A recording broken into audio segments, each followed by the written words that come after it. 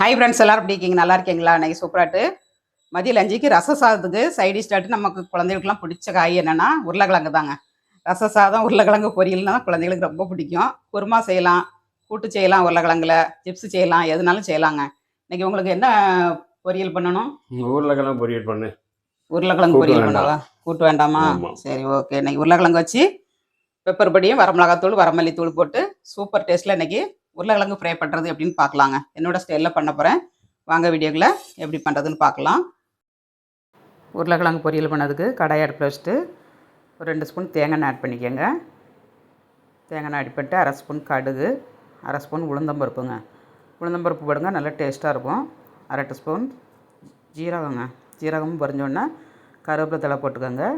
கருவேப்பிலை தலையும் பொரிஞ்சதுக்கப்புறம் நம்ம உருளைக்கிழங்குங்க 3 உருளைக்கிழங்கு எடுத்துங்க, மீடியம் சைஸில் போட்டு எண்ணெயிலே போட்டு ஃப்ரை பண்ணணுங்க. தண்ணி எதுவும் ஆட் பண்ணக்கூடாது.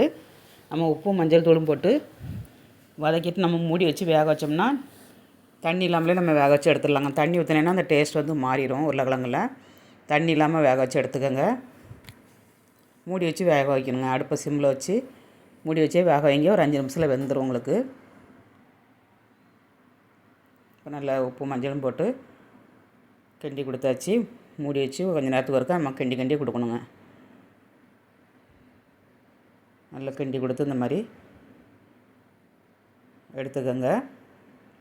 இப்போ நல்லா முக்கால்வாசி வெந்துருச்சுங்க. எனக்கு கொஞ்சம் தான் வேகணும்.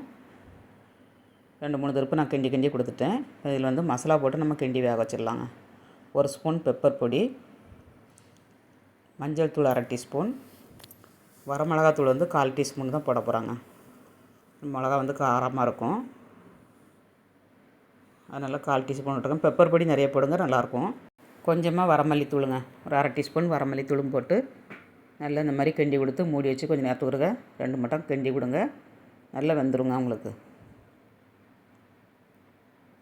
சூப்பராக இருக்கும். சும்மாவே குழந்தைகளை அப்படியே எடுத்து சாப்பிட்டோங்க. அந்தளவுக்கு டேஸ்டியாட்டு இன்றைக்கி உருளைக்கிழங்கு ஃப்ரை பண்ணியாச்சு.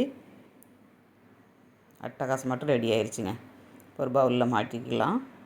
ஸ்டவ்வோடு சமைக்கும்போது அன்போடு சமைக்கணுங்க. அன்போடு சமைச்சிங்கன்னா சுமாராக இருக்க உருளைக்கிழங்கு பொரியல் கூட சூப்பராக இருக்குங்க. கரெக்டு தானே? வீடியோ பிடிச்சிருந்தா லைக் பண்ணுங்கள், ஃப்ரெண்ட்ஸ் அண்ட் ஃபேமிலி ஷேர் பண்ணிவிடுங்க, சப்போர்ட் பண்ணுங்கள். முதல் முறையாக பார்க்க இருந்தால் சப்ஸ்கிரைப் பண்ணி வைங்க. அட்டகாசமான சுவையில் உருளைக்கிழங்கு பொரியல் ரெடி. மீண்டும் நெக்ஸ்ட் வீடியோவில் சந்திப்போம். பாய்.